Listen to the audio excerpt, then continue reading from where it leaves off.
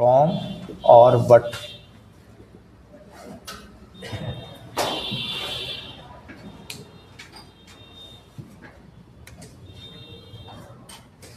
From और but हमसे क्या कहता है? फ्रॉम और बट कहता है, फ्रॉम तो आप जानते हैं पहले से सूरज, क्या रुपेश क्या होता है? अलगाव। सही बात है ना? ठीक है ना? अब देखिए इधर ये कहाँ यूज होगा? Avail from.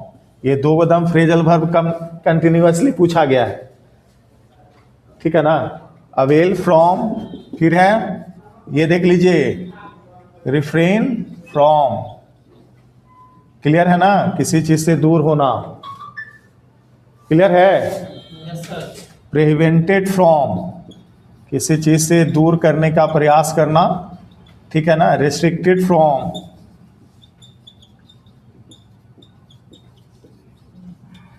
क्लियर है? ये आपके प्रीपोजिशन है, ठीक है? और एक जान लीजिएगा, यहां देखिए रुपेश, एक होता है फ्रॉम द व्यू ऑफ, किसी की नजर से, ये भी होता है, ठीक है ना? क्लियर है? जैसा आपके नजर में from the point of view बोलते हैं ना ऐसा, तो ये यूज होता है वहां पर। यानी एक बात समझ लीजिएगा कि फ्रॉम आपको कहाँ यूज होने वाला है? जहां पर कहीं ना कहीं आपको दूर करने का प्रयास किया जा रहा है। अब देखिए ये वो कंफ्यूजन वाला टर्म है, ये देखिए। अब बताइए मेड बने, केमिकल चेंज सर, मतलब मेड बने बनाना, और जो अब फ्रॉम बने किसी चीज से बनाना। अब यहां पर देखिए सेंस निकलवाएगा अलग, मेड बने बनाना, फ्रॉम बने अलग करना। यानी कि जिस चीज से आप बनाए उसको आपने अलग कर दिया। आपने ही ना बोला जी, अरे किसी चीज को आपने किसी चीज से बनाया तो आप उसको अलग कर दिए। यानी कि जब किसी चीज का निर्माण हो, क्लियर है, और निर्माण के दौरान उस वस्तु को उसमें नहीं दिखाया जाए जिसकी सहायता से उसको निर्मित किया गया था, तो वैसे कंडीशन में मेड के साथ क्या लगाते हैं? फ्रॉम लगाते हैं। यानी आप अलग किए ना। क्लियर है? केप्ट अवे फ्रॉम, देख लीजिए, ये देखिए ये क्या हुआ न, कहता है बच्चों से दूर रखें। जैसे क्वाइल वाल खरीदिएगा ना तो वहां लिखा रहता है keep this things away from the children, बोलता है ना, लिखा हुआ रहता है, प्रिकॉशन में लिखा हुआ रहता है ना, इस समय रहता है ना। यानी किसी से दूर रखना।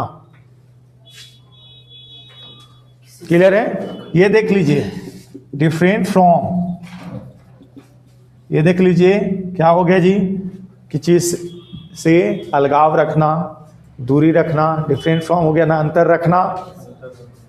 अरे अंतर करने का मतलब क्या होगा? यही ना, कोई दिक्कत नहीं।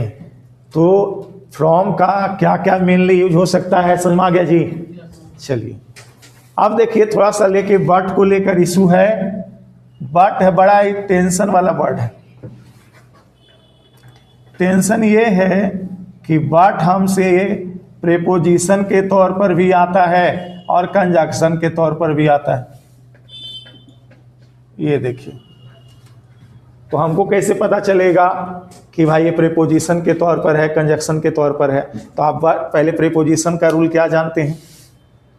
सेंटेंस में बट आया है तो किस रूप में आया है कैसे बताइएगा आप?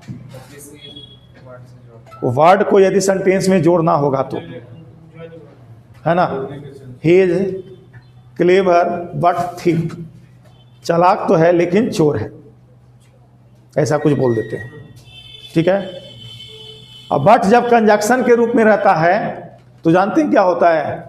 कंजक्शन के तौर पर होता है तो ये कहता है कि जब दो नाउन, दो एडजेक्टिव, दो प्रोनाउन, क्लियर है ना, इन सब के बीच विरोधाभास दिखाने वाले दो सेंटेंस आपके सामने आए तो आप बट लगाइए। लेकिन जब दो वर्ब के बीच कंट्राडिक्शन हो, वर्ब मतलब समझ रहे हैं ना, क्रिया, जैसे आप कमाते तो बहुत हैं, खर्चा बहुत कम करते हैं। बताइए, कमाना बहुत ज़्यादा एक वर्ब है और खर्च बहुत कम करना ये भी एक वर्ब है।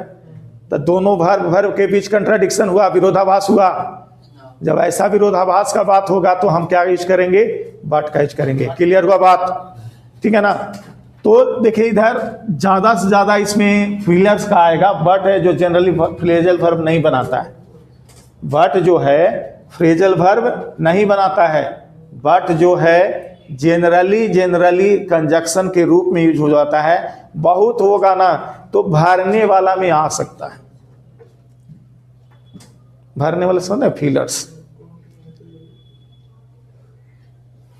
जैसे जनरली ऐसा करके नथिंग बट यू,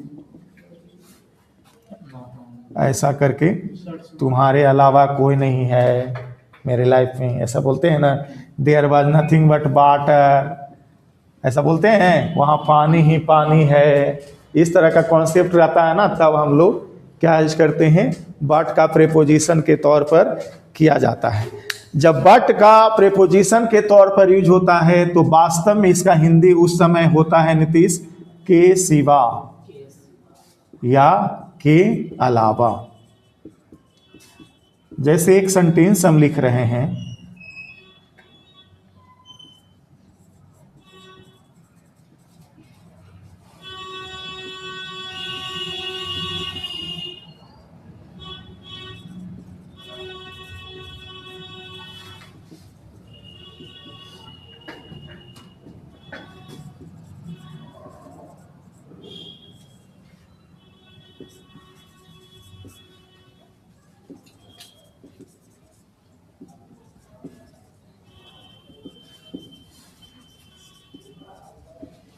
ये देखिए आपके सामने सेंटेंस आया कि government of Bihar has nothing to think dash the policy to get wealth. क्या यूज कीजिएगा, बिहार की सरकार के पास, ठीक है ना, पैसा कमाने वाले पॉलिसी को बनाने के अलावा कोई काम नहीं है। यही ना हुआ जी, के सिवा कोई काम नहीं है। आप क्या यूज करेंगे, बट यूज करेंगे। लेकिन जानते हैं ऐसा क्वेश्चन आएगा ना उस समय सूरज, तो आप बट पर ध्यान ही नहीं ले जा पाओगे, हमको पता है नहीं जा पाएगा आपका दिमाग, क्योंकि बट है जो थोड़ा सा अल्टर लगने लगता है। तो वहाँ पर सबका यूज करते समय आप ध्यान में रखेंगे कि बट जो है क्या करेगा, के सिवा या के अलावा का सेंस बनाए रखेगा। क्लियर ना, क्लियर ना। चलिए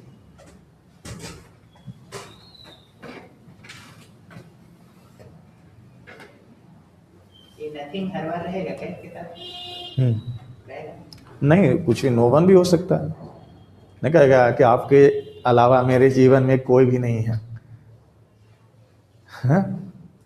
वो गाना आया था, तुम्हारे सिवा कुछ चाहत करेंगे कि जब तक जिएंगे, ऐसा कुछ गाना था ना। तो वहाँ पर जो भी रहे आप समझ गए, तो वहाँ के सिवा, there is nothing in my life but you, there is no one in my life but you. ये बात जान लीजिएगा कि बट लगाने से पहले उस सेंटेंस में कहीं ना कुछ निगेटिव टर्म रहेगा। बात सुनाया, क्लियर हुआ।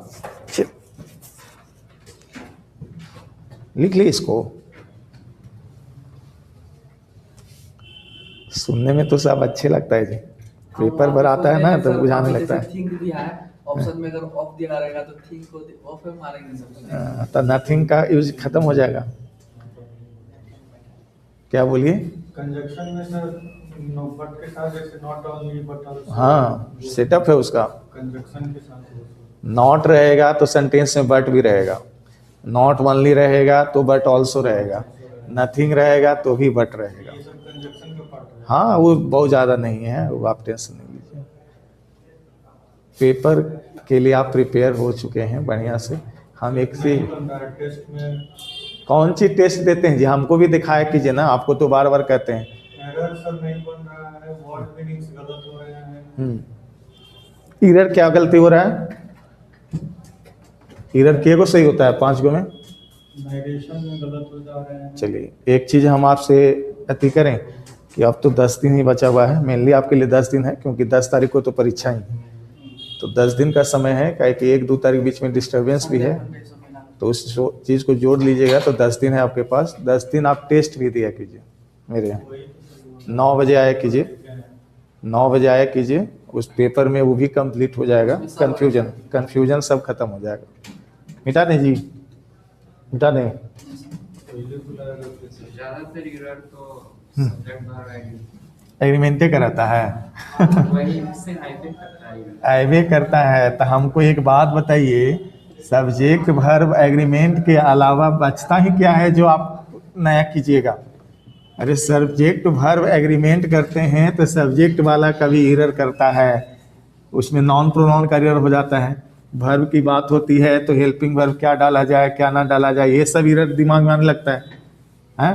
तो बचता ही क्या है? पूरा सेंटेंस के फॉर्मेट को ही तो आप सब्जेक्ट वर्ब एग्रीमेंट कहते हैं ना। अब उस सब्जेक्ट कैसे गलती होगा, वर्ब कैसे गलती होगा, एग्रीमेंट कैसे गलती होगा, वो चेक करना होता है। एग्रीमेंट बोलने का मतलब समझते हैं? उसमें प्रीपोजिशन भी आएगा, कंजक्शन भी। एग्रीमेंट बनाइएगा कुछ ही का, अरे ऑब्जेक्ट बनाइएगा तभी ना एग्रीमेंट बनेगा। तो ऑब्जेक्ट भी ना रहेगा तो एग्रीमेंट आपका बनेगा कैसे? हैं? आप कुछ भी बोल देते हैं, आप लोग एरर बनाते हो बाबू, तो आप थोड़ा सोच के देखो कि सब्जेक्ट बोलते हैं, वर्ब बोलते हैं और एग्रीमेंट बोलते हैं, क्लियर है ना? तो पहला एरर क्या हो सकता है? सब्जेक्ट को लेकर ही एरर हो सकता है। आप लोग बनाते हैं, इसको ध्यान में रखिएगा। ये बच्चा बोला कि ऐसा ही सेटअप पर रहता है सर, ठीक है, तो सेटअप हम बताते हैं। सब्जेक्ट रहता है तो सब्जेक्ट सिंगुलर है कि प्लूरल है, पहला एरर ये होगा। सब्जेक्ट के आगे द लगाया जाए कि ए एन लगाया जाए, ये भी तो एरर हो सकता है, हाँ। क्लियर है? सब्जेक्ट होगा तो ये कंफ्यूजन में रहेगा कि सिंगुलर है प्लूरल है, कि हमेशा के लिए सिंगुलर रहने वाला टर्म है कि हमेशा के लिए प्लूरल रहने वाला टर्म है, ये भी एरर है, क्लियर है? इसके बाद आइए थोड़ा समझ लीजिए बढ़िया से। यदि इस चीज़ पर आपको लगता है कि पूरा सेटअप चलता है तो हम बता रहे हैं कि क्या क्या एरर हो सकता है। अगला पोर्शन हो जाएगा, सब्जेक्ट है तो सब्जेक्ट का इसका मॉडिफायर सेंटेंस में है कि नहीं है। अब मॉडिफायर है तो उसको किस वे में लिया गया है, सिंगुलर वे में लिया गया है कि प्लूरल वे में लिया गया है, ये भी इसमें बात का इंक्लूड हो जाएगा, क्लियर है? चलिए ये बात आ गई। इसके बाद देख लीजिएगा, सब्जेक्ट है जो अकेले है कि वो के लेके आया है, ये भी तो होता है ना। बात समझिएगा, ये भी एक इशू रहता है क्योंकि वो आया है। यदि अकेले है तो उसमें कौन से कंजक्शन से ये जुड़ा हुआ है, ये भी एक इशू है, क्लियर है ना। अब मान लिया अभी दिल रहेगा एज वेल एज से जुड़ा हुआ, क्लियर है ना। अब एज वेल एज से जुड़ा रहेगा तो कहता है ये होता है कि ई वाला को हम लेके चलेंगे आगे सेंटेंस में, ई वाला से हमको मतलब नहीं है, क्लियर है ना। अब यहाँ पर यदि एंड आ जाएगा तो ये कहेगा ये दोनों को लेके चलेंगे हम, क्लियर है ना। अब कभी कभी इतनों से ना मन बढ़ेगा ना तो कुछ टर्म है ना, ऐसा देखिए ब्रेड एंड बटर, ये वो देख लीजिए टर्म, एक ही है ये दोनों। आप बताइए, कहिएगा कि सर ये तो एंडे से जुड़ल है, हैं? लेकिन ये दोनों मिलके ही एक एक गो है, होता है ना जी। टाइम एंड टेंस ये सब क्या होता है, एक एक गो ना होता है। तो अब बताइए, कहते हैं आप कि खाली ऐसा रहता है सर, तो ये इतना मनी पॉइंट सोचना पड़ता है, सोचना पड़ा ना जी। आप एक बार आइएगा वर्ब के पास, वर्ब में आइएगा तो देखें ट्रांजिटिव है कि इंट्रांजिटिव है, पहला पॉइंट। ये हेल्पिंग वर्ब लेगा कि नहीं लेगा, ये भी एक दूसरा पॉइंट है। कौन से टेंस को ये फॉलो कर रहा है, वो भी एक टेंशन है। इसके बाद ये भी चेक करना है कि ट्रांजिटिव इंट्रांजिटिव के आधार पर ये मोनो ट्रांजिटिव है कि डाई ट्रांजिटिव है, यानी कभी कभी दो ऑब्जेक्ट लेता है, कभी कभी सिंगल ऑब्जेक्ट लेता है, क्लियर है। इसके बाद चेक करना पड़ेगा ये डायनेमिक है कि स्टेटिव है, जो हम उस दिन बताए, ये भी एक इशू है, क्लियर है ना। अब इसके बाद सबसे बड़का इशू ये है कि कौन सा प्रीपोजिशन इसके साथ ऐड करके एगो फ्रेजल वर्ब के तौर पर पेश कर दिया गया होगा। कोई दिक्कत नहीं ना, इतना चीज सोचना होता है। तो आप तो ये बोल के निकाल गए कि सर सब्जेक्ट वर्ब एग्रीमेंट पर रहता है, तो इतने में तो घुसाना रहता है, सब तो उसी में है। उसी में है, बस उसकी क्या क्या गलतियां हो सकती हैं वो बातें इसमें आती हैं। जैसे कोई सेंटेंस बनाते हैं तो हम पढ़े, उसके बाद जहाँ से एरर निकाले तो आंसर पहले रहता है उसका, यानी उसके पहले ही कुछ एरर निकाल दे, जबकि सेकंड में भी एरर है। हाँ, तो पहले वाले को प्राथमिकता देंगे। वो कपड़ा भिंगा के लाओ तो जी नहीं हो रहा इससे, हैं? पहले वाला एक रीजनिंग आप पढ़ते होंगे, पढ़े भी होंगे, तो रीजनिंग का टीचर आपको सबसे पहले यही सिखाएगा ना कि कभी कभी ऑप्शन ऐसे आएंगे जिसमें लगेगा कि पहला वाला भी सही है दूसरा वाला भी सही है, यदि ऐसी स्थिति पैदा हो जाए तो पहला वाला को आंसर माना जाता है। रीजनिंग में होता है सर। ऐसा होता है ना, आप लोग पढ़े हैं, ऐसा तो नहीं है कि अनभिज्ञ हैं। वहाँ पर ये बातें सिखा दी जाती हैं, यदि ऐसी परिस्थिति पैदा होगी तो पहले वाले को प्राथमिकता देंगे। क्लियर है ना? चलिए अगला है इन और विदिन, देख लीजिएगा इसको।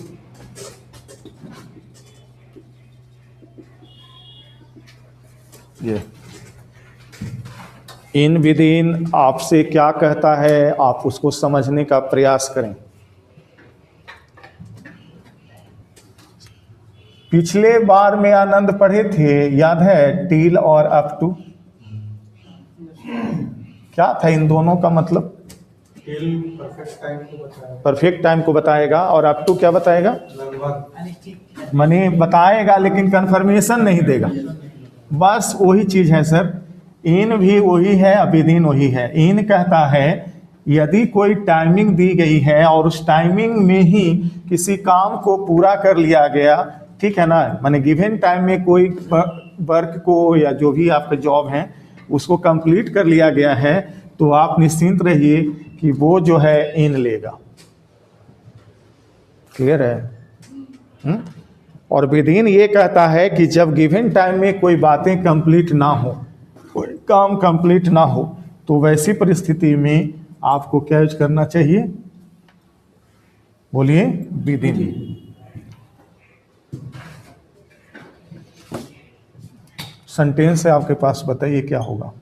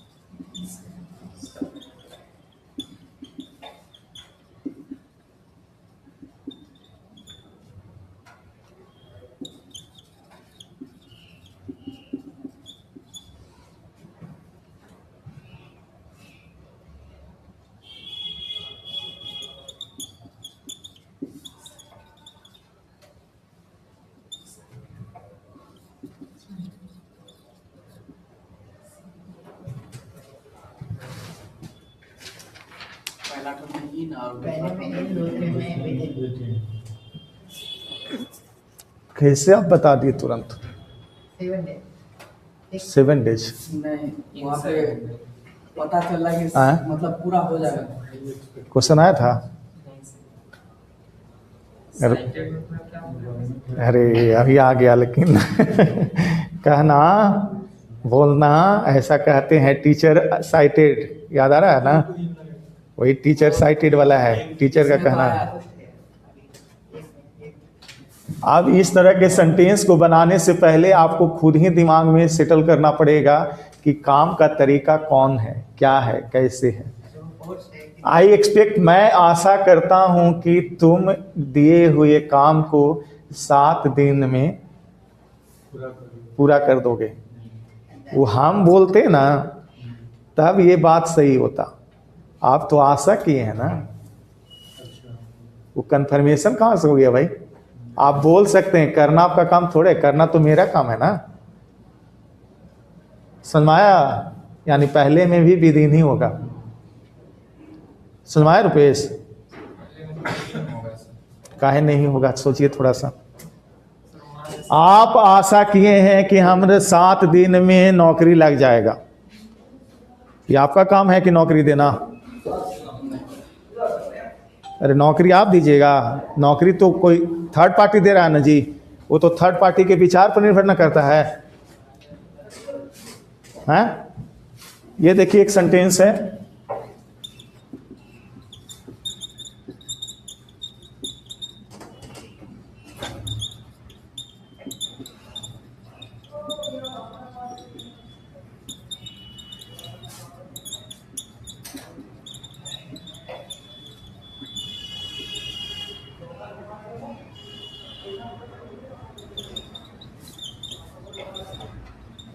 चलिए बोलिए।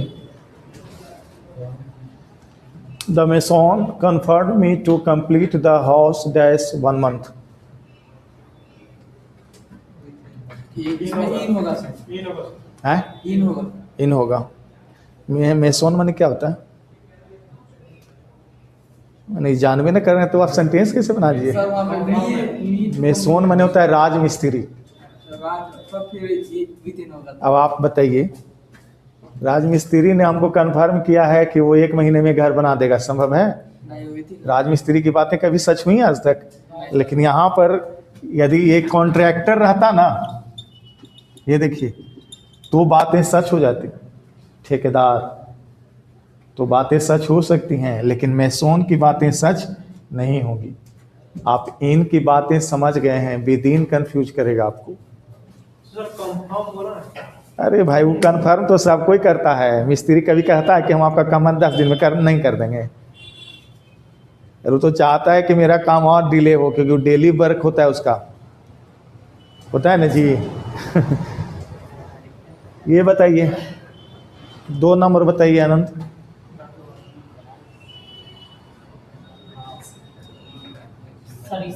The government has cited that the law will be forced here dash a big। इसमें भी विद इन है। विदिन लगेगा, क्योंकि सरकार कभी भी कोई भी डिसीजन पक्के समय पर नहीं लेती है। यदि पुलिस कोई बात बोलेगा कि हम ये काम कर देंगे एकदम समय पर, तो बातें सही नहीं मानी जाएंगी, लेकिन आर्मी बोलेगा ना तो बातें सही मानी जाएंगी। तो सब्जेक्ट पर भी निर्भर करता है कि क्या बातें लागू होती हैं। सही रहेगा तो इन लगाएंगे अभी से। सही रहेगा तो इन लगाएंगे ना।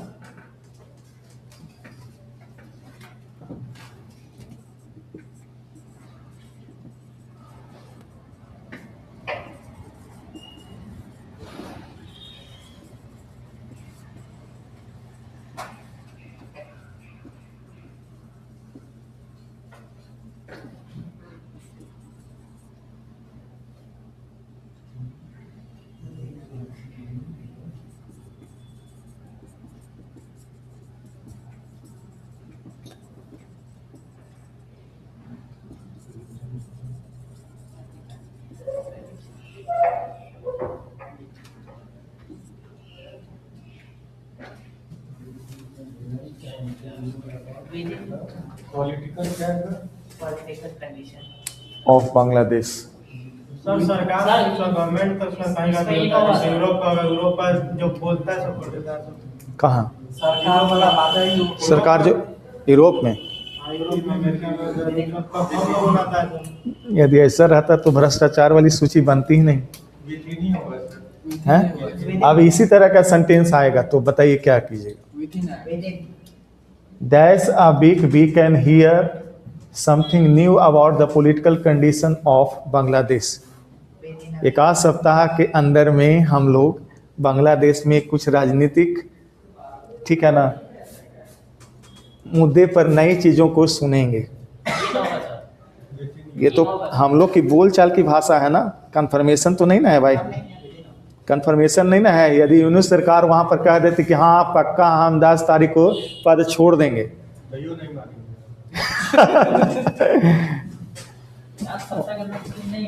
मतलब आप समझ गए क्या होगा।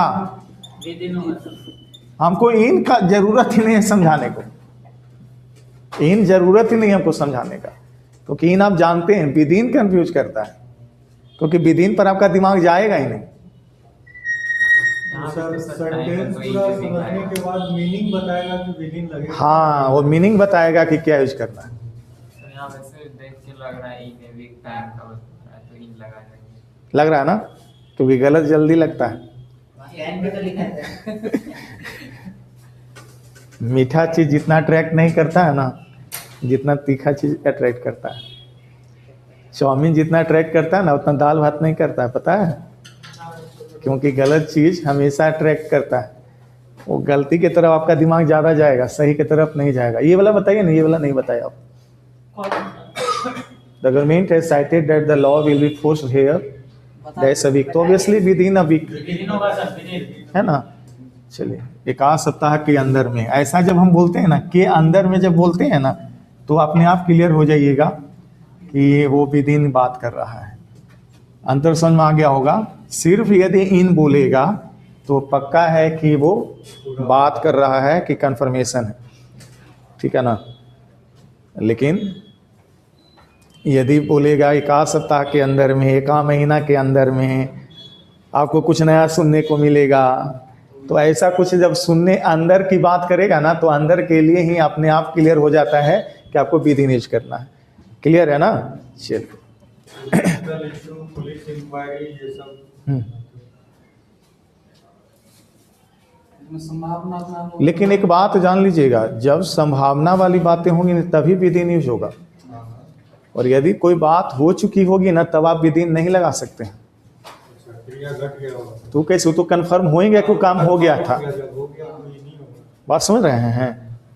जैसे हम कहेंगे कि असैसिनेशन ऑफ इंदिरा गांधी है ना, इंदिरा गांधी का जो नृशंस हत्या हुआ था, माने जब आप किसी चीज़ का प्लान वे में मर्डर करते हैं तो उसको असैसिनेशन करते हैं, है ना। जैसे असैसिनेशन ऑफ राजीव गांधी है ना, तो was inquired by police force only in a week, वहाँ पर इन अ वीक सही है। उनकी मृत्यु की घटना की जांच एक ही सप्ताह में पुलिस ने कर लिया था, तो हो ही गया था ना भाई। क्लियर हो बात। चलिए,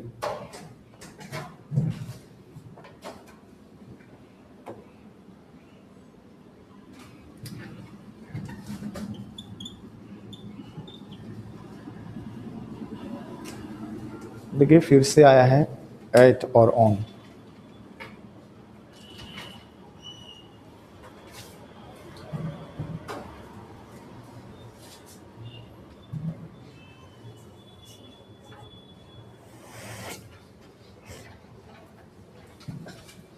चलिए जी, ये देख लीजिए, जब किसी फेस्टिवल का पता उसके नाम से चले, ठीक है ना, जब किसी फेस्टिवल का पता उसके नाम से चले तो ऐड का यूज करते हैं। जैसे he called me on the eve of on direct on Holi, ऐसा है। क्या लगाइएगा जी, आपके सामने जानते हैं दिमाग में सबसे पहले तो आएगा कि ऑन ही ना इन लगाते हैं, उसने मुझे होली में बुलाया, आएगा ना जी। ये छोटा सा सेंटेंस है लेकिन दिमाग में यही आएगा, हैं? तो ये नहीं, जब किसी त्योहार का पता उसके नाम से चले तो ऑन लगाते हैं। कभी कभी ये भी होता है कि त्योहार का नाम का पता से ना होकर डेट से पता चलता है तो ऑन लगाते हैं। जैसे 17 सितंबर को आप विश्वकर्मा पूजा मनाते हैं ना, 14 जनवरी को आप दही चूड़ा मनाते हैं, 26 जनवरी को आप रिपब्लिक डे मनाते हैं, और बहुत सारे दिवस आते हैं, तो डेट से पता चलता है इनके पीछे। नाम से पता चलेगा तो ऐट, डे से पता चलेगा, डेट से पता चलेगा। He called at Holi, on Holi, at Holi. अच्छा हाँ, ऐट होली, मतलब आप समझ गए, ठीक है। चलिए अब यहाँ देखिए, ऑन, ऑन कहता है, कुछ गड़बड़ है भाई,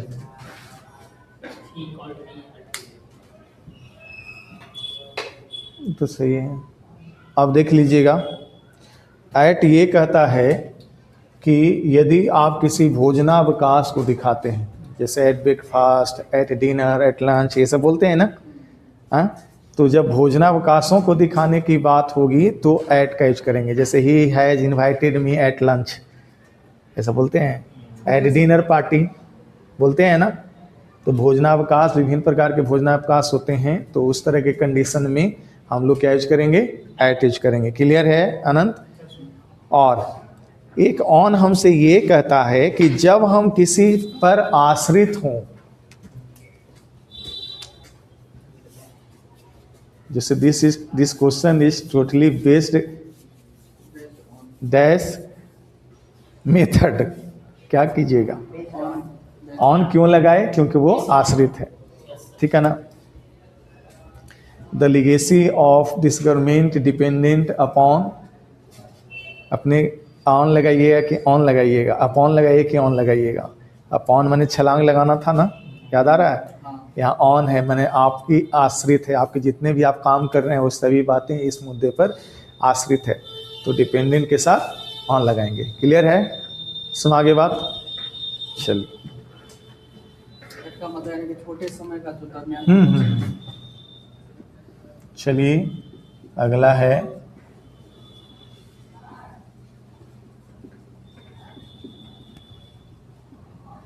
ये देखिए,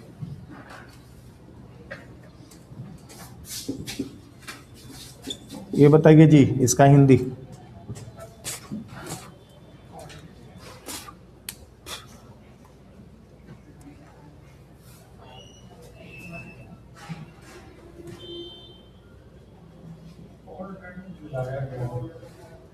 तुरंत कुछ कॉल एट लिखा हुआ है, क्या मतलब निकालिएगा बताइए जल्दी। जो बुलाया जाता है। कुछ क्षण के लिए कॉल मने बुलाना, एट मने कोई पर्व त्योहार के मुद्दे की बात होती है तो, यानी किसी अवसर पर बुलाना ना। सही है? व्यवहार के सेंस में तब होगा। क्लियर है?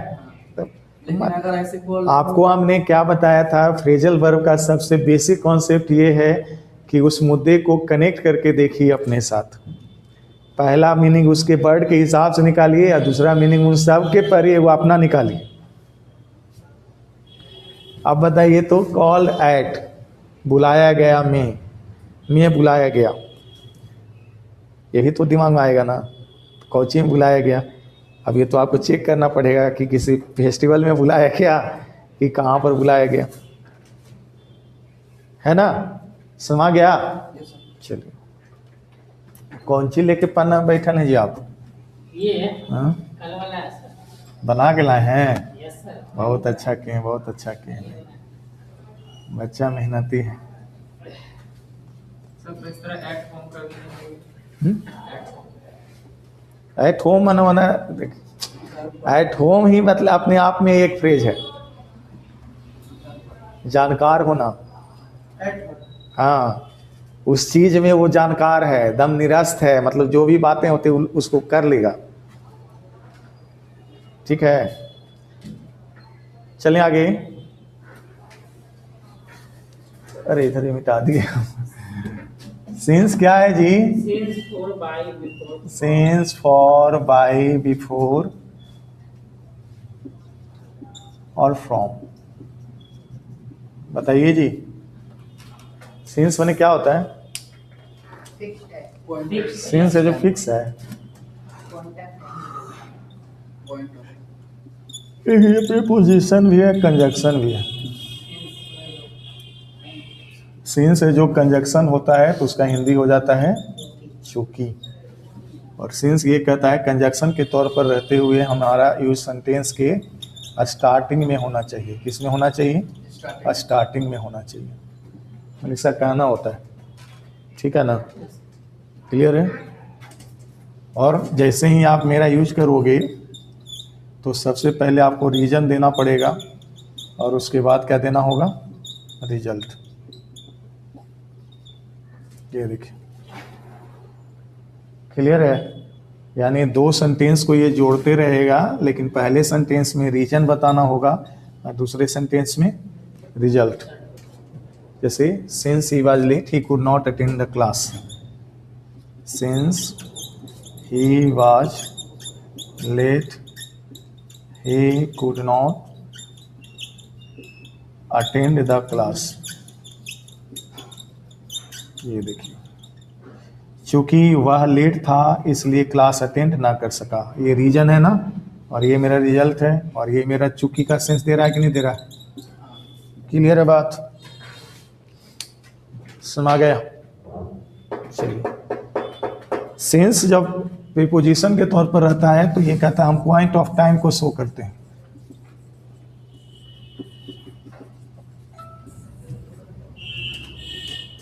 ये देख लो आप, सिंस जब इसके तौर पर रहता है तो ये पॉइंट ऑफ टाइम को दर्शाने लगता है। तो आप सब लोग पहले से भी जानते हैं ना। क्या जानते हैं जी? जिस सेंटेंस में हैज बीन, हैव बीन, यही सब ना, ये सब लगा रहता है, टाइमिंग को दिखाने की बात होती है, और वो टाइमिंग यदि पॉइंट ऑफ टाइम होता है तो हम लोग सिंस लगाते हैं। ये तो आप पहले से भी जानते हैं। कभी कभी देख लीजिएगा इधर समीर, रेफरेंस को भी शो करता है बाबू। Since is coming I have been reading, उसके आने के समय से मैं पढ़ रहा हूं। क्लियर है ना? जब किसी को टाइम रेफरेंस में आप मानते हैं रुपेश, तो उस दौर में भी आपको सिंस का यूज करना पड़ता है। रेफरेंस तो पीरियड बता रहा है। रेफरेंस वो टाइम पक्का आया होगा तब का हम काम चालू किए हैं, वो आ गया है, कंफर्मेशन हो गया ना। सर उसके आपके आने के समय से हम पढ़ रहे हैं, यानी आप जब आ गए होंगे तब चालू किए होंगे, यानी आपका आना पक्का हुआ ना। सर उसके आने तक मैंने वो तो टील आ जाएगा ना भाई, आने तक की बात हो जाएगी तो टील आ जाएगा ना। क्लियर है बात? समझ गया ये? चलिए, तो उसके अपोजिट में फॉर चलता है, जानते ही हैं क्या होता है। Has been, had been, have been लगा रहे हैं, बस उसमें पीरियड ऑफ टाइम की बात हो जाती है तो फॉर लगा देते हैं, ये पता है आपको। क्लियर है ना? बाय बिफोर तो देख लीजिएगा, सर जब कंजंक्शन और सेंस सर 2 प्लस होना जरूरी है सर। हाँ तब वो जोड़ेगा ही नहीं तो फिर कायला रहेगा वो। सर 3 हो जाता 3 हो जाए प्लस तो करेगा। 3 हो जाएगा, 3 क्लॉज हो जाएगा, तो सेंटेंस के मूड पर निर्भर करता है कि वहाँ पर हम अरेंजमेंट कैसा रखें। सर तो इसमें कॉमा के बाद स्टार्ट हुआ नेक्स्ट। हाँ वो तो सेंटेंस दिख जाएगा आपको। जैसे हमने पहले ही बोल दिया कि रीजन रहेगा पर रिजल्ट रहेगा, तो कॉमा देगा तभी ना पता चलेगा कि 2 सेंटेंस अलग अलग हैं। सर इसका फ्रेजल वर्ब इसमें फ्रेजल वर्ब संभव ही नहीं है। अब किसी से आज ज़बरदस्ती ऐड करना चाहता होगा तो वो कर देगा कम सिंस, गो सिंस, किसी समय तक, समय से निश्चित समय से आ जाना, किसी निश्चित समय से चले जाना, गो सिंस, ऐसा वो कर सकते हैं। लेकिन ऐसा ये अभी तक जो भी फ्रेजल वर्ब का कॉन्सेप्ट है ना, उसमें ये यूज नहीं हुआ है। क्लियर है ना? बाय बिफोर कहता है जब सेंटेंस में विल हैव बीन रहे, ठीक है ना, विल हैव रहे, ठीक है ना। जैसे आई will have complete my job by the end of this year, तो तक का अर्थ देने के लिए, ठीक है ना, बाय कैच करेंगे, और से पहले की बात हो जाएगी तो बिफोर कैच करेंगे। जैसे इस साल का अंत होने से पहले हम नौकरी ले चुके होंगे, ऐसा कुछ सेंटेंस है। परीक्षा का डेट से पहले हम अपनी तैयारी पूरी कर चुके होंगे, तो I will have been completed my preparation by the starting of examination. हुआ ना? तक हुआ तो यदि कहिएगा पहले ही तो क्या यूज करिएगा? तो यानी सेंटेंस में ऐसा हम शॉर्ट में भी बोल सकते हैं कि विल हैव बीन रहे, शैल हैव बीन रहे, तो सेंटेंस में रेफरेंस टाइम जो भी आपने शो किया है उसको शो करने के लिए बाय या बिफोर का यूज करते हैं। कंप्लीट बात समझ में आया नीतीश? आया आनंद? क्या जी सूरज जी बात समझ में आया? क्या समझ में आया बताइए हमको जल्दी।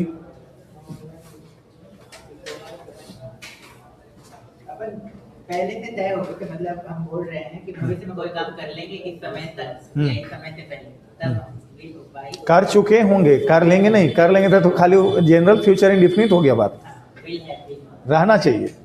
क्लियर है ना? समझ गया बात? चलिए, और फ्रॉम क्या कहता है? भविष्य की बातें जब किसी टाइम रेफरेंस को लेकर पूरी होने वाली हैं तब हम फ्रॉम लगाएंगे। जैसे मैं इस साल के अंत तक एसएससी के लिए नौकरी करता रहूंगा, मैं इस साल के अंत तक, ठीक है ना, बीपीएससी के लिए नौकरी करता रहूंगा, ठीक है। क्लियर है? Yes, sir. ऐसा जब बात आ जाता है, जब भविष्य में भी आप टाइम रेफरेंस दे रहे हैं, क्लियर है? तो I will have been doing complete my doing my job for SSC from the end of this year, इस साल के अंत से हम नौकरी करना चालू कर देंगे, शुरू कर देंगे। क्लियर है? क्लियर है? नहीं क्लियर हुआ? बताइए। भविष्य में भी बात करेंगे टाइम रेफरेंस ना होता है, कल से आपको हम पैसा देना चालू कर देंगे, क्या बोलिएगा आप? ये भविष्य की बात नहीं हुई? अरे भविष्य की बात नहीं है, भविष्य की बात है, उसमें टाइम भी तो हो गया भाई, कल से हम बोले हैं तो फ्रॉम टुमारो बोलिएगा ना। और जनरल में भी बात होता है जी, जब भविष्य की बातों को टाइम रेफरेंस में बांधना होता है तो फ्रॉम ही लगाते हैं। मंडे से आने लगेंगे सर, तब फ्रॉम मंडे, ऐसे बोलते हैं कि नहीं बोलते हैं? यही बात ना बोलते हैं। तो वही कह रहा है कि भविष्य का जब रेफरेंस लेना होता है और कंप्लीट बात उसमें ना होने लगे तो हम ऐसे ही फ्रॉम लगाते हैं, नहीं लगाते हैं? चलिए,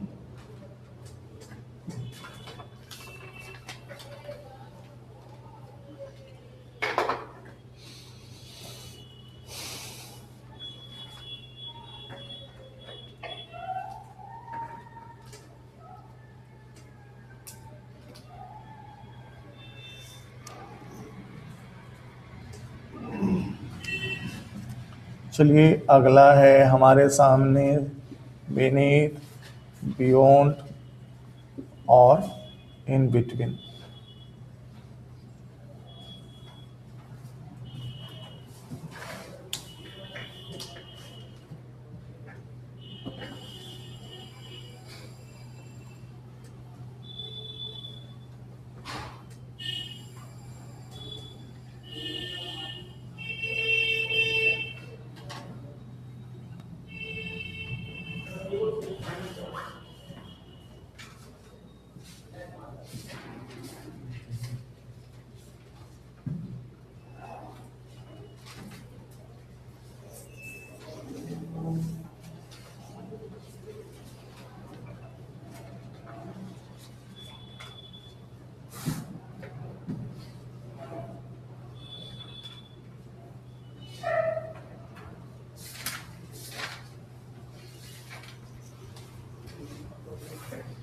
चलिए देखिए इधर, जब किसी सेक्टर की बात की जाए, ठीक है ना, और उसमें आप किसी से पीछे हैं, क्लियर है? सेक्टर की बात की जाए और आप किसी से पीछे हैं उस सेक्टर में, है ना। जैसे ये देखिएगा, India is dash China in the foreign affairs against America. ये देखिए तो क्या लिखा हुआ है, भारत चाइना से अमेरिका के खिलाफ विदेश नीति में पीछे है। यही ना बोल रहे हैं आप, यही ना बोल रहे हैं आप, हैं? ये मुद्दे की बात हो गई ना। अरे मुद्दे की बात हुई ना, कोची में आप पीछे, ये बता ना दिया, जब बता दिया तो क्या लगाइएगा आप। ये देखिए, इंडिया इज डैश इजराइल, ठीक है ना, इन प्रोडक्शन ऑफ मिसाइल। सही बात है ना, मिसाइल के उत्पादन के मामले में भारत इन इजराइल से पीछे है। सही बात है, ये मुद्दे की बात इसमें दे दी गई है कि कोची में आप पीछे हैं। क्या लगेगा विनीत? ये देखिएगा, इंडिया इज डैश चाइना, ठीक है, इन पॉपुलेशन,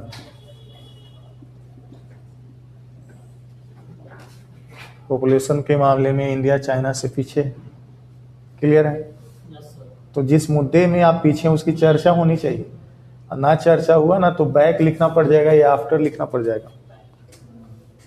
अफेयर्स की चर्चा हुई तब लगाना है ये, अफेयर्स की चर्चा नहीं हुई, ठीक है ना, तब तो फिर आप आफ्टर भी बोल सकते हैं, बैक भी बोल सकते हैं। क्लियर है? मतलब पॉपुलेशन नहीं रहता लिखा हुआ तो बैक, तो आफ्टर चाइना बोल सकते थे। क्लियर है? चलिए, यानी मुद्दे का चर्चा उसमें होना ही होना है, ठीक है, नहीं होगा तो वो गलत हो जाएगा। चलिए देखिए इधर, सीमा से परे जाकर आप कोई बात करने लगते हैं, तो सीमा से परे जाकर कोई बात करने लगते हैं तो बियॉन्ड की बात होती है, लेकिन उसमें ही मुद्दों की बात होती है। नहीं तो बोलने लगा आउट ऑफ, ना वो आउट ऑफ माई कंट्रोल, तो मेरे सीमा से बाहर है, ऐसा बोलते हैं कि नहीं, मेरे नियंत्रण से बाहर है, तो अलगे मुद्दे हो जाता है, वो अलगे मुद्दे हो जाता है।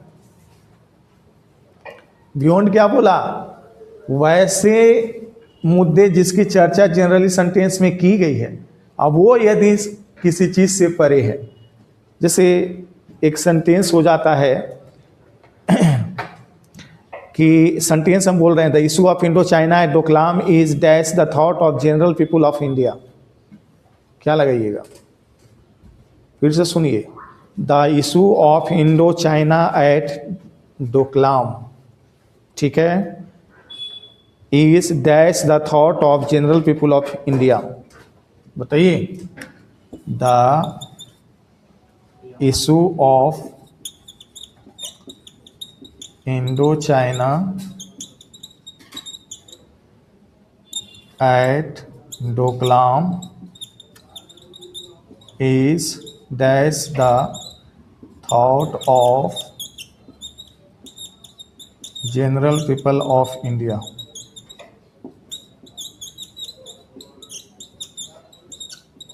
चलिए, डोकलाम विवाद पढ़ें, क्या हुआ है डोकलाम विवाद में, क्या हुआ है जी, इंडिया और चाइना इंडो चाइना में बार हो गया, चाइना क्लेम कर रहा है उसमें डोकलाम बनने का। चाइना क्लेम कर रहा है। भूटान की जमीन पे भारत जो रक्षा करने का भूटान को जिम्मेदारी ले रखा है। हाँ, तो चाइना ने तो ये इशू क्यों हुआ था, ये किस मुद्दे की वजह से ये सब मुद्दे उठे थे। अभी सेब अरावली चल रहा है, पता है ना, करेंट अफेयर से आपका सेब अरावली, पहाड़ को तोड़ने का है। क्या ये कॉन्सेप्ट इसका, इसमें क्यों हो रहा है? हाँ, वो जो मिला है रेयर अर्थ में माइनिंग को लेकर के गवर्नमेंट चाह रही थी कि उसको जो है उस इलाके से माइनिंग की जाए, बट उसे जब माइनिंग करेंगे तो फिर अरावली को इफेक्ट पड़ेगा तो फिर पूरे एरिया में फिर वो जो रेतीला वाला सीमेंट को लेकर इम्पैक्ट पत्थर किसके रेयर अर्थ को लेकर तो एक एनजीओ सुप्रीम कोर्ट में चला गया। सुप्रीम कोर्ट ने नई परिभाषा डाली अरावली को लेकर के कि 100 मीटर से नीचे के पहाड़ को पहाड़ नहीं माना जाएगा। और नहीं माना जाने का मतलब है वन्य जीव संबंधी या वन्य संबंधी जितने भी नियम हैं वो सब उस पर लागू नहीं होगा, तो कड़क वे में उसका दोहन होने लगेगा। है? ऐसा जोड़िएगा तो लगभग उसका कहता है 90% भाग खत्म हो जाएगा। है? तो इससे कितनी बड़ी क्षति है उस चीज को सरकार कैसे नहीं सोच सकती, हमको तो नहीं लगता है कि नहीं सोचेगी, वो सोचेगी, मजबूरी है।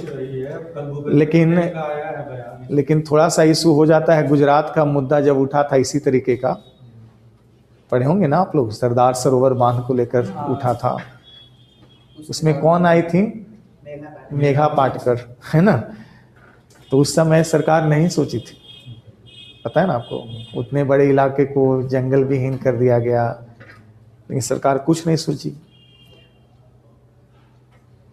फिर सुंदरलाल बहुगुणा का आप नाम सुने होंगे, पेड़ पे चिपक है ना, जंगल काटने के समय उत्तराखंड में ये घटना घटी थी ना, और इस सबसे पहले राजस्थान में ये मुद्दा उठा था, है ना, जब महिलाओं ने पेड़ से चिपक के पेड़ को बचाने का प्रयास किया था, है ना जी।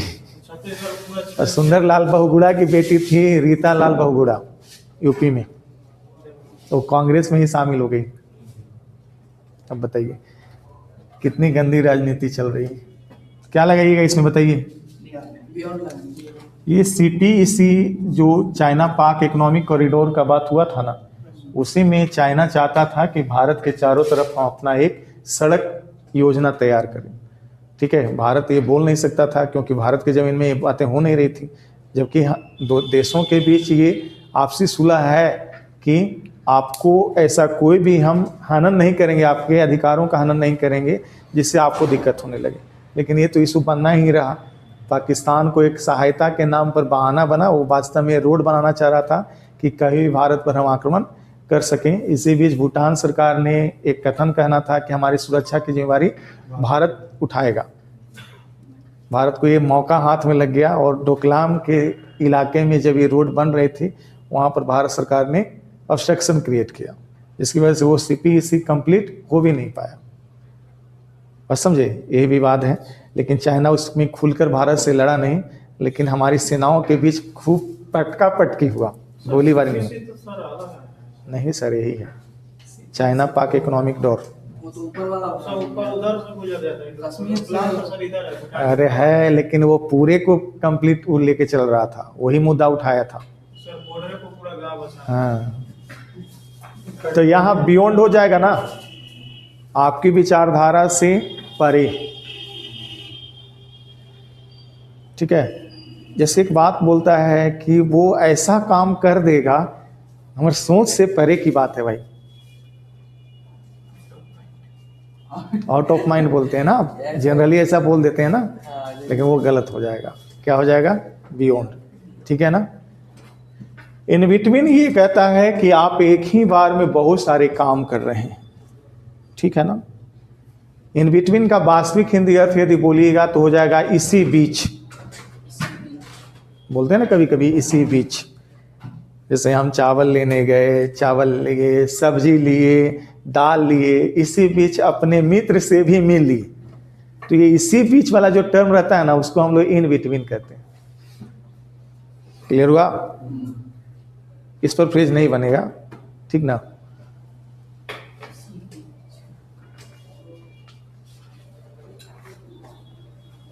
चलिए, अब आप लोग कुछ कुछ फ्रेज का मतलब निकाल के बताइए खुद, तो हम समझ जाएंगे कि आप समझ रहे हो, और नहीं बताइएगा तो नहीं समझ रहे हो। सीधा बात हो गया ना।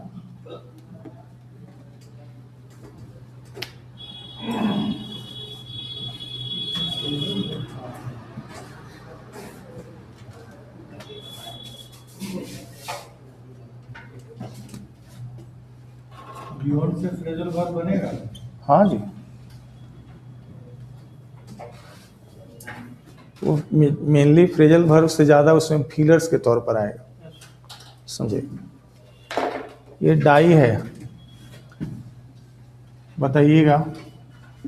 इन लगा दिया गया है, फॉर लगा दिया गया है, फ्रॉम लगा दिया गया है, ठीक है ना, आफ्टर लगा दिया गया है, फॉर हो ही गया। चलिए, ऑफ लगा दिया गया है। सबका मतलब बताइए हमको, सर्विस में लगता सबका मतलब हमको बताइए, सब जोड़ जोड़ के। है। तो डाई फ्रॉम मतलब कि सर बीमारी से मरना। किसी बीमारी से मरना, डाई फॉर मतलब किसी के लिए मरना। किसी के लिए मरना, सही है। डाई ऑफ मतलब हाँ।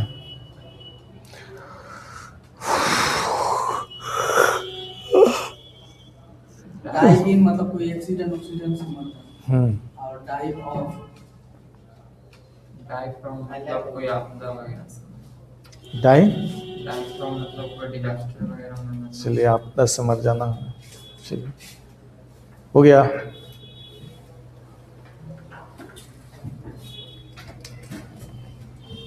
डाई ऑफ, किसी चीज के कारण से मरना, यही ना बोलिएगा। के ठीक है ना, यानी कारण, यानी रोग ही हो सकता है ना। ये रोग से मरिएगा तो ऑफ लगेगा। के लिए होता है ना फॉर, किसी के लिए मरना। क्लियर है ना। चलिए, ये देखिए फ्रॉम मतलब ऐसा मरना दम अलगाव हो जाए, सन्नाटा छा जाए, है ना। आपदाएं, आपदा। जहाँ पर बहुत सारे लोग एक बार में मर जाते हैं, ये आपदा से आप मरिएगा, ठीक है ना। आफ्टर मने डाई मने मरना है, आफ्टर मने पीछे पीछे, किसी के पीछे पीछे मरना, माने आप पागल हो रहे हैं उसके प्रति, ये ना बोलता है जी। आप आगे आगे चल रहे हैं, हम पीछे पीछे चल रहे हैं, हमारा अपना लो भाई, हमारा ही कर लो भाई, ऐसा बोलते जा रहे हैं, यानी आप उसके प्रति क्या है, दीवाने हैं, है ना। तो डाई आफ्टर मने क्या होना, दीवाना होना। चलिए, और ये देखिए डाई इन मने डाई इन हार्नेस करके ऐसा सवाल आता है जनरली, डाई इन हार्नेस माने कठिन समस्याओं में रहते हुए मर जाना, कोई घटना दुर्घटना हो गया उसमें मर जाना, ठीक है ना। तो उस तरह के कंडीशन में हम लोग क्या यूज करते हैं, इन यूज करते हैं। क्लियर है, समझ गया बात? सर शर्म समाना तो वो तो ऑफ हो जाएगा जी। नहीं, हाँ विथ लगेगा, विथ लगेगा। क्लियर हुआ? इससे ज़्यादा इसमें नहीं पूछेगा, ठीक है। चलिए इनके सर क्या होगा?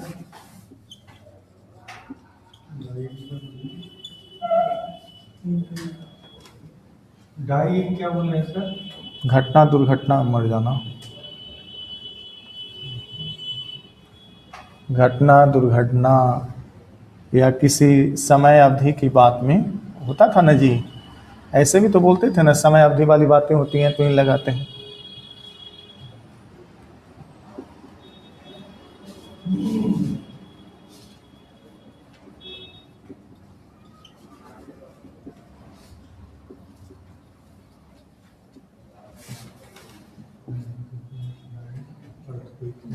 क्या मारिएगा जी?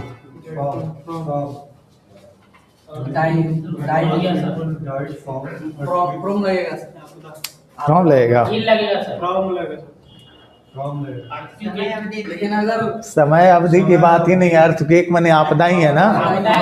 धरती डोला मर गया, क्या लगेगा जी? फ्रॉम लगेगा।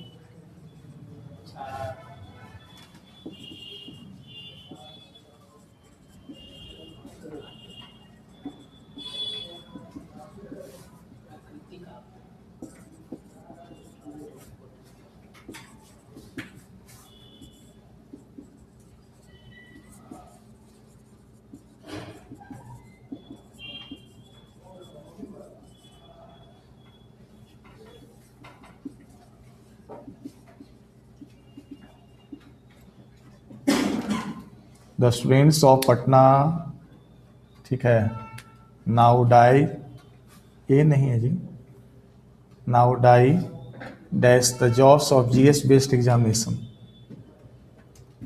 फोर लगेगा। पटना के और लगेगा, बढ़िया सोचिए आप, यही पर गड़बड़ कर दीजिएगा तो आगे कैसे काम चलेगा।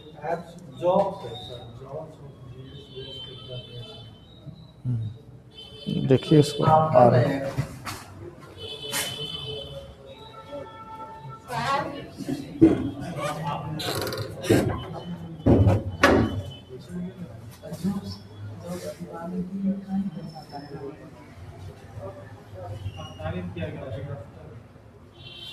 अरे सही बात है ना कि पटना के विद्यार्थी हैं जो जीएस बेस्ड परीक्षाओं के दीवाने हैं, ये ना बोलिएगा, आफ्टर लगेगा ना।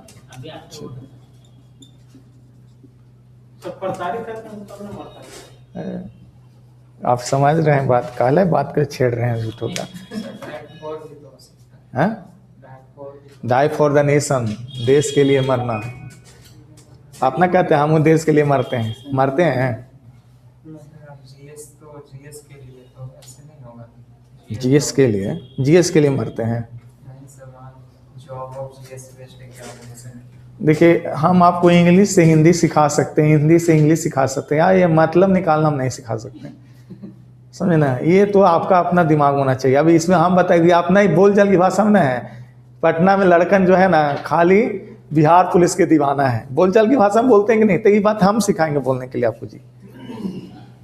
अरे जीएस परीक्षाओं के दीवाने हैं, ये तो आप लोकेलिटी देख के पता कर सकते हैं कि वहाँ क्या चल रहा है। अभी आप दिल्ली में चल जाइए, मुखर्जी नगर के इलाके में जाइए तो आपको लड़का यूपीएससी के दीवाने मिलेंगे। तो उसमें कहिएगा कि के लिए करते हैं, यूपीएससी के लिए करते हैं, तो वो अपने आप कुछ कॉन्सेप्ट क्रिएट कीजिए, वो हम बताएंगे आपको। समझना तो आपका काम है। आप कहिएगा यही सब सिखाए तो वो हमारे बस का नहीं है, आपको शायद कोई टीचर नहीं सिखा सकता।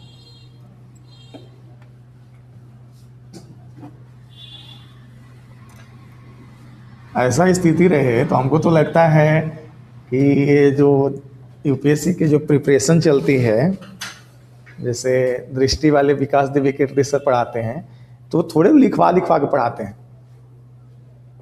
वो लिखवा के नहीं पढ़ाते हैं, वो अपना एक नोट्स पहले से दे दिए रहे होते हैं और बस वो नोट्स को वो डील करते हैं बोर्ड पे, आप देखे होंगे, उनका कभी क्लास देखे भी होंगे, क्लास पर आते हैं खाली पॉइंट पॉइंट करके लिखते हैं, तो उतने में लड़का अपना प्रिपेयर कर लेता है।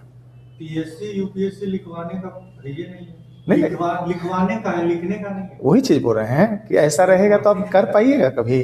वो लिखने तो ये समझ जो है आपको खुद पैदा करना पड़ेगा। जिस लड़के में समझ नहीं है तो यूपीएससी बीपीएससी तो सोचे ही नहीं, वो मूर्ख है जो सोच रहा है कि हम ये करेंगे वो करेंगे। हो सकता है प्री निकाल ले, मेंस उसके पास का नहीं होगा। चलिए अब आप ही लोग जरा बताइए, हम नहीं बताएंगे अब, इतना पढ़ाने के बाद, ठीक है ना।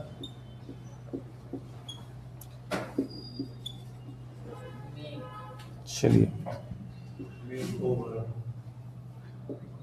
ओवर, ये तो आपको हम बता दिए थे शायद, ओवर।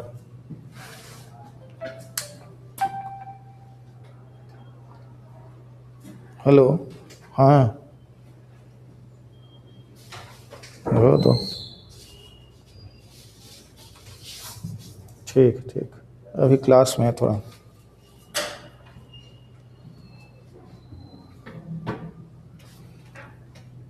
और जोड़ने का आप जितना भी जोड़ते रहिए, कोई दिक्कत नहीं है। अब सबका मतलब ही तो जोड़ रहे हैं ना। चलिए बता दीजिए सभी, रुपेश आप, रुपेश सब बता दीजिए तो बाबू आप।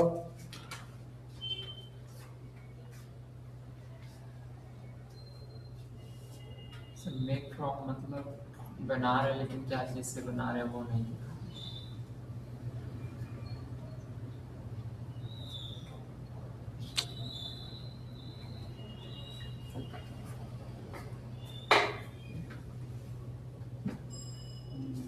मेक फ्रॉम मतलब बना रहे हैं, बट क्या चीज से बना रहे इसमें नहीं दिखा। जो अभी पढ़े थे आप, पिछले याद है ना, ताज़ा ताज़ा ताज़ा ताज़ा याद है। फिर आगे बताइए। मेक इन बोलते हैं ना, made in India, made in China, यानी कोई वस्तु कहाँ पर बनी है ना। मेक ओवर माने पूरी तरह से एकदम नया कर दिए, यही ना था ओवर, कवर करके एक नया चीज लाए, पूरी तरह से परिवर्तित कर देना। फॉर माने किसी चीज के लिए बना है ना। चलिए मेड फॉर ईच अदर बोलते हैं ना, एक दूसरे के लिए होना। बाय माने किसके द्वारा बनाया गया है, ठीक है ना। और ये आपको याद था ना जी संजीत, बाय और बीत भी तो आ सकता है ना। बाय कब आएगा, जब वहाँ सजीव को दिखाना होगा, और यदि निर्जीव को दिखाना होगा तो बीत लगाना पड़ जाएगा। नहीं, जैसे चॉकलेट किस चीज़ से बना हुआ है तो मेड भी थी, ऐसा करते हैं ना, विथ द प्रोसेस ऑफ, ऐसा करके बोलते हैं कि नहीं बोलते हैं। फिर देखिएगा ऑफ है और फ्रॉम है, ये कंफ्यूज करता है। ऑफ कहता है कि जब कोई वस्तु किसी चीज़ से बनी है ना तो दिखना चाहिए, समझे। जैसे दीवार है, तो इसमें क्या कही जो है थोड़ी आपको पूरी तरह से दिख रहा है, अभी नहीं दिख रहा है ना जी। ये प्लास्टिक का बना हुआ, ये दिख रहा है, प्लास्टिक दिख रहा है ना इसमें, तो ऑफ लगेगा। और नहीं दिखेगा तो क्या लगेगा, फ्रॉम। ये अभी हम थोड़ा देर पहले भी किए थे। क्लियर हो गया, क्लियर हो गया जी। कैसे निकालना है सूरज, पेपर के समय याद रहेगा। अब फ्रेजल वर्ब का कॉन्सेप्ट क्लियर हो रहा है, अब दिमाग में बस रहा है ना। आप डरिएगा नहीं ना देख के कि भाई ये हो गया ये हो गया। क्या जी संजीत, अब मतलब निकालना सीख गया ना। ये बहुत टफ है, सीख रहे हैं, अभी सीख ही रहे हैं चलिए आप ही सब निकलवाएंगे तो पता चल जाएगा। याद हो गया था। क्या याद है? एक दिन में पढ़ा।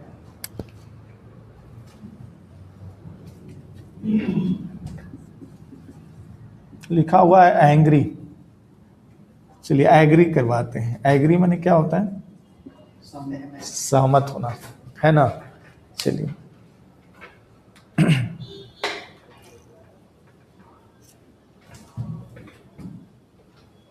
आप मेरे साथ रह रहे हो तो क्या बोलोगे, I am living with you ना, तो मैं आपसे सहमत हूँ, क्या लगाइएगा। तो कहिएगा बीत के बाद तो सर निर्जीव लेना होता था, तो आप सजीव कैसे लिए। नहीं, वो संभव ही नहीं है। जब व्यक्ति विशेष से आप सहमत हैं तो विथ, और जब हम आपके सामने प्रपोजल रखे, ठीक है, और आपने कहा ठीक है भाई हम मान लिए, आपके प्रपोजल से सहमत हैं, तो क्या लगाएंगे? टू, है ना। आपकी बातों को हम समझते हैं, सहमति देते हैं, तब को दिखाने के लिए भी तो टू लगाना जाता था ना। और विथ जब होगा तो यहाँ संबंध हो जाएगा। कोई व्यक्ति विशेष से जब आप समर्थन में हैं, सहमति में हैं, तो विथ लगेगा, और उसके प्रोपोजल से सहमति पर हैं तो आप क्या लगाएंगे? चलिए, उसी तरह से है एंग्री, यहाँ भी एट लगेगा, विथ लगेगा। यहाँ देख लो आप, जब व्यक्ति विशेष से किसी आचरण व्यवहार से आप नाराज हो जाते हैं तो वो नाराजगी हमेशा की नहीं होती है, ठीक है ना, कुछ पलों की होती है। जैसे आपने पापा के पर्स से पैसा चुरा लिया, पापा आपके नाराज हो गए, तो कहते हैं ना कि तेरे यही आचरण से हम गुस्साल रहते हैं। तो हमेशा गुस्साए रहेंगे जरूरी तो नहीं ना है, वो हमेशा के लिए अवधि नहीं ना होती है। और वैसे काम जो बहुत कम समय के लिए होते हैं वो ऐट लेते हैं। और यहाँ व्यक्ति की बात आ गई तो अभी तो बोलवे किए कि आप कोई व्यक्ति से सहमति, गुस्सा और ये कुछ भी जाहिर करते हैं आनंद, तो क्या हो जाता है? विथ हो जाता है। क्लियर है? चलिए, छोटे समय नहीं, आचरण व्यवहार ये सब होता है तब लगाते हैं।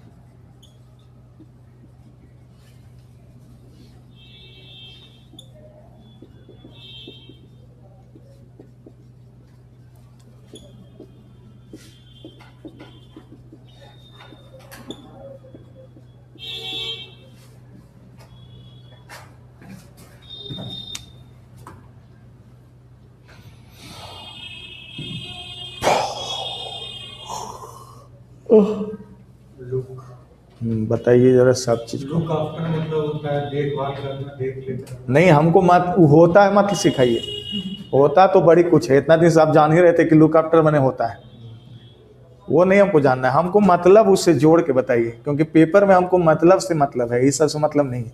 आप क्या पढ़े, जब यही रटवाना ही रहता है तो रटवा के हम दे देते आपको कि रट जाइए। इसके लिए मेहनत कर रहे हैं हम भी, तो आप भी थोड़ा सपोर्ट करिए। बाद में पीछे पीछे माने लुक कर रहे हैं तो पीछे पीछे जा रहे हैं। तुम जहां जहां जाता हो उन्होंने हम जाते हैं। लुक मतलब तो देखना हो गया। हाँ, तो पीछे पीछे तो हम देखते रहते हैं क्या कर रहे हो क्या नहीं कर रहे हो, ऐसा कुछ करना।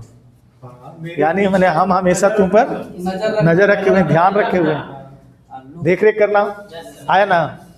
चलिए, मतलब एट मनी याद है ना कि कुछ चीजों को जब कम समय के लिए दिखाना होता है तो एट लगाता है। Look at the picture, picture की तरफ देखो, ध्यान से देखो। तो ध्यान से बहुत देर तक नहीं चलता है। कॉन्सेंट्रेट एट बोलते हैं, इनटू नहीं बोलते हैं। क्यों बोलते हैं? क्योंकि ध्यान बहुत देर के नहीं हो सकती है, समझे ना। तो फिर कॉन्सेंट्रेट का मेडिटेट ना बोलेंगे हम जी कि ध्यान मांगने हो जाएगा वो है। बट मीनिंग का मतलब समझिएगा जरा, क्लियर है? फिर देखिएगा फॉरवर्ड, फॉरवर्ड मैंने आगे की ओर, तो वह तो ऐसे ही हो गया, आगे की ओर देखते रहो भाई। लेकिन याद रखना है लुक फॉरवर्ड रहेगा तो आगे टू ले रहेगा। क्लियर हुआ? चलिए, आगे की ओर इनटू दम घूस के देखना है भाई, दम अंत तक हम घुस जाएंगे।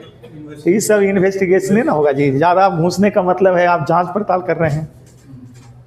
नीतीश मतलब बताइए, दम तह तक घुस जाना है। तब तह तक कौन घुसेगा भाई? अरे वही ना घुसेगा जिसको दम पूरा जानकारी लेना है कि क्या हो रहा है यहाँ पर। क्लियर ना? फिर क्या है भाई? थ्रो, उससे गुजरना, देख के उससे गुजरना। मैंने गुजरना किसे? गुजरना बोले तो पास्ट वाला हो गया, नजरअंदाज करके जाइए तो पास्ट वाला हो जाएगा जी। मैंने सब आपके सामने से हम गुजर गए तब ना होता पास्ट। आइए अंदर अंदर ना गुजरने के लिए थ्रू आया था, खिड़की वाला तो अंदर अंदर ना, यानी अंदरे अंदरे तक आप जाइए, गुजरिए। इससे देखते हैं आपके मुद्दों से होकर हम गुजरते हैं। मेनली जैसे बही खातों को देखने की बात होती है ना, जांचने की बात होती है, तो उसको हर तह को हम लोग होकर जाते हैं, तब पता चलता है कि ये क्या है। तो जनरल देश में यदि ना समझ में आए तो याद रखना है, इनटू तो आप समझ चुके हैं, थ्रो समझना है तो बस वो वही बही खाता को जांचने के अकाउंट्स की बात होती है ना, तो हम लोग थ्रो का यूज करते हैं। क्लियर है ना? चलिए आफ्टर तो आप समझ गए, at, for, forward, clear? Look in भी तो होता है, क्या? लुक इन शॉर्ट विजिट जो बोलते हैं, लुक इन क्या बोलते हैं? एक होता है लुक आउट नोटिस जारी कर दिया गया। लुक मैंने देखना, आउट मैंने कहीं भी देखिए उसको नोटिस दीजिए। हाँ, लुक फॉर मैंने होता है किसी को तलाशना, फॉर मैंने के लिए, और लुक मैंने देखना, हम किसी के लिए देख रहे हैं। कुछ देखिएगा भाई तो वही खोजिएगा ना, यही ना बोलिएगा। क्लियर हुआ? चलिए और एक तो बोलते हैं ना डिक्शनरी में लुकअप, डिक्शनरी लुक को देखने के लिए ऐसा ही लुक कब करना उन्हें कुछ हुआ, ऊपर में ऊपर देख लीजिए, लुकअप। ऊपर झापर देख लीजिए बोलते हैं आप। मैंने क्या था, नीचे रह के ऊपर की जानकारी देना, समझ रहा बात? लुक बियॉन्ड मैंने परे जाकर देखना, तो इसे जोड़िएगा तो आप सबके जोड़ दीजिएगा, जो आपके लिए जरूरी हैं वो आपको ये सब ध्यान में रखना। क्लियर है? और एक सर वो कमेंट्री क्रिकेट में चलता है कि लुक ऑन द स्काई, मतलब क्या सम्मान देना या कुछ ऐसा, लुक ऑन, लुक ऑन ऊपर की ओर देखना, सम्मान देना। तो ऊपर करके देखना। हाँ, तो ऊपर की ओर देखना, ऊपर की ओर। सुनते हैं इसलिए। हाँ, तो ऊपर की ओर देखना मैंने अपनी संभावनाओं को ऊंचा करके देखना। ठीक है, चलिए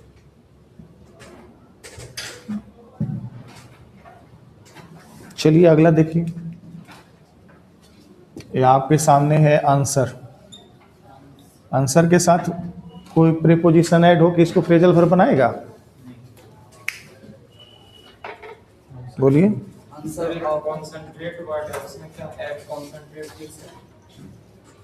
किसी पर चीज़ पर ध्यान दीजिए, पढ़ाई पर ध्यान दीजिए, तो बोलते हैं ना concentrated your study. In concentrate नहीं इन कैसे लगेगा भाई? कॉन्सेंट्रेट के साथ ऐड लगेगा। ध्यान हमेशा के लिए नहीं ना लगाया जाता है जी रुपेश। ध्यान तो कुछ क्षण के लिए ना होता है, वाइल पीरियड जो होते हैं उसके लिए ही होता है। बताइए, आंसर के साथ जनरली तो कोई प्रीपोजिशन लगवे ना करेगा। याद है 8वां 9वां का किताबा जिरम रहता था आंसर द फॉलोइंग क्वेश्चन। क्यों रहता है क्वेश्चन? आंसर को नहीं देना। अरे वो क्या होगा, बात की बात है। पहले हम बता रहे हैं कि जनरली इसके साथ ना लगाते हैं। क्लियर है ना? अब भाई आपको दम जवाब देना है, you have to answer to him. किसी को जवाब देने की बात हो तो टू लगाते हैं, और किसी की जवाब दे ही लेने की बात हो तो फॉर लगाते हैं। इस काम के लिए हम ही उत्तरदायी हैं, ताई am answerable for this work. Short हुआ ना जी, के लिए का बात हुआ ना भाई। जनरली हमको ये जानना था कि आंसर अपने साथ कोई प्रीपोजिशन लेगा ही नहीं। ठीक है, तय हो गया। दूसरा बात है फॉर कब लेगा, तो आप रिस्पॉन्सिबिलिटी जब ले रहे होंगे, ठीक है ना, कह रहे हैं हम ही सब कुछ है, हमारे जिम्मेदारी है, तो फॉर होगा ना। जैसे आप कोई गलती यहाँ पर हो गया, who is answerable for this mistake. Clear है? खड़ा होइए तो रुपेश।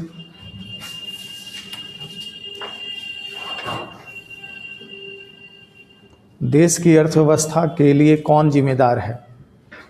इंग्लिश बोलिए। इनका एक जीडी है, ग्रुप डिस्कशन है, तो उसमें ऑब्वियसली टॉकिंग होता है ना, तो कुछ टॉकिंग को आप अपनी वे में बोलने का प्रयास कीजिए। इंग्लिश में ही है। हाँ, इंग्लिश में ही है। हिंदी में टॉकिंग तो जीडी करवाएगा नहीं जल्दी कोई। क्या जी? इशू है who is answerable for the economic condition of India. बोलिएगा ना साहब, आंसरेबल फॉर माने उत्तरदायी है, रिस्पॉन्सिबल फॉर वही चीज़ हुआ, दोनों मतलब एक ही है। वहाँ भी तो फॉर लगाना ही पड़ेगा ना आपको। The economical condition of India हाँ, आंसरेबल टू आंसरेबल टू। हाँ, फिर ये तो फिर इकोनॉमिकल कंडीशन अपने जवाब देगा किसी को, तो निर्जीव कभी जवाब देता है? अरे इंग्लिश पढ़ने का मतलब ये नहीं होता है रुपेश कि आप जो पढ़ते हैं उसको डायरेक्ट कहीं भी सेट कर दीजिएगा। हर चीज़ की, वो आप अभी बोले थे ना सब्जेक्ट वर्ब एग्रीमेंट पर सब सेटअप रहता है सर, तब ये फंस गए आप। आपने निर्जीव को सब्जेक्ट बना दिया, जबकि सबसे बड़ा तथ्य ये है कि वो निर्जीव कभी सब्जेक्ट बनवे ना करेगा। अब बनेगा तो सेंटेंस पैसिव हो जाएगा।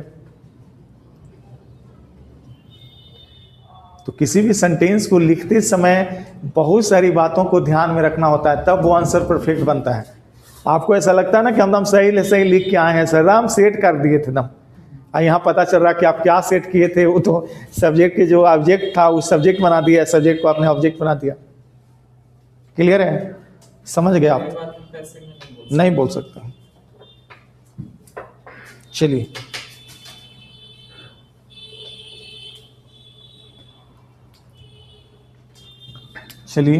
एक टर्म है आप लोग को, कभी कभी लोग गलत यूज होता है।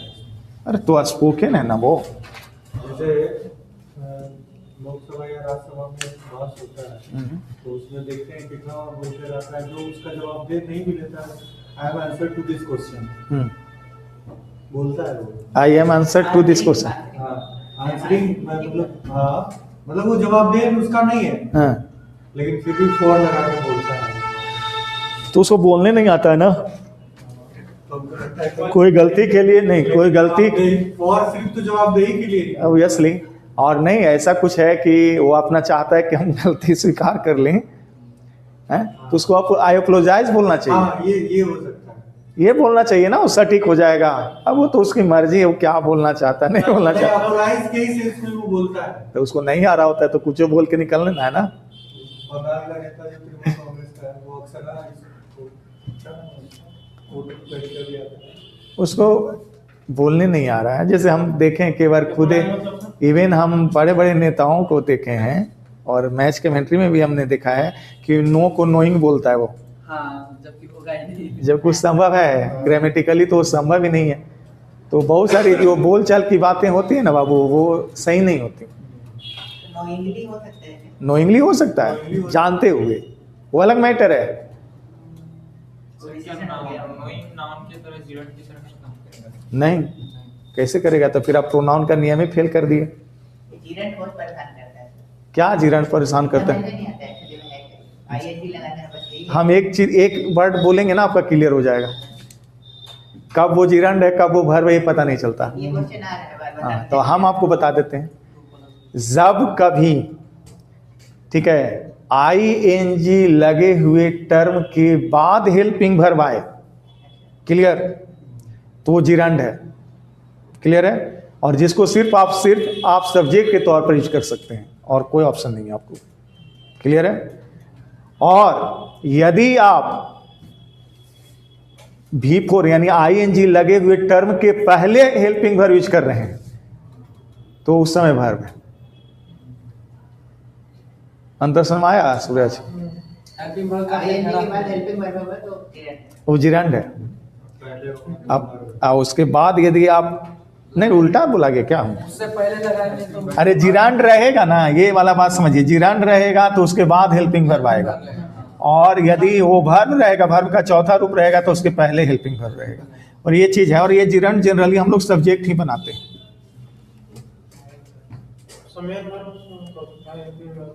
जनरली इसको सब्जेक्ट बनाते हैं, ऑब्जेक्ट भी बना, जिसका सब्जेक्ट बना सकते हो तो ऑब्जेक्टो बन सकता है ना जी। हैं? जैसे he stopped smoking, he avails himself from smoking, तो स्मोकिंग लास्ट में नहीं गया क्या?